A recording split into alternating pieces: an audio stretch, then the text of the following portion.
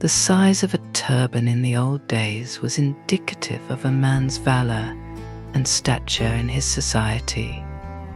In one small town, there was a middle-aged teacher who didn't have a bean to his name and went hungry most days, but he was too proud to admit his destitution to his associates.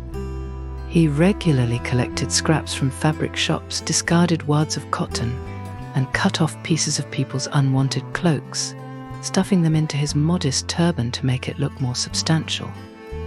With time, his old and dirty turban came to resemble a sultan's silk headdress, fooling everyone in school and buying him much respect in town.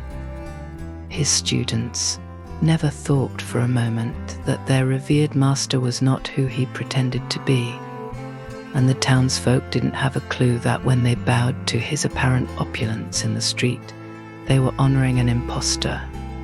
Only he knew that his good reputation was based on false pretenses, that in fact it was nothing but a big lie. One early morning before sunrise, the teacher left his home and began his daily walk to school, preparing the morning lesson in his head.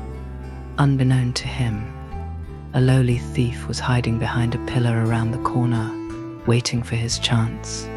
As soon as he caught sight of the oversized, ornate headdress of the teacher, he thought that his opportune moment had arrived. It was well known among thieves that people of means generally hid their money and jewels in their turbans to keep them out of plain sight. The thief waited patiently, confident that he could easily overcome the scrawny man coming his way, and eagerly anticipated his moment of victory.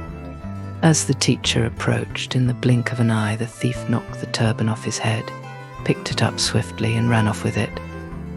The teacher was confused at first and couldn't gain his bearings, but soon he realized what had happened, and then chased after the thief. "You good for nothing," he screamed after him. "Look inside that turban first before you rejoice. You'll soon find out what you've achieved. Nothing. There's absolutely nothing worthwhile inside," he loudly confessed.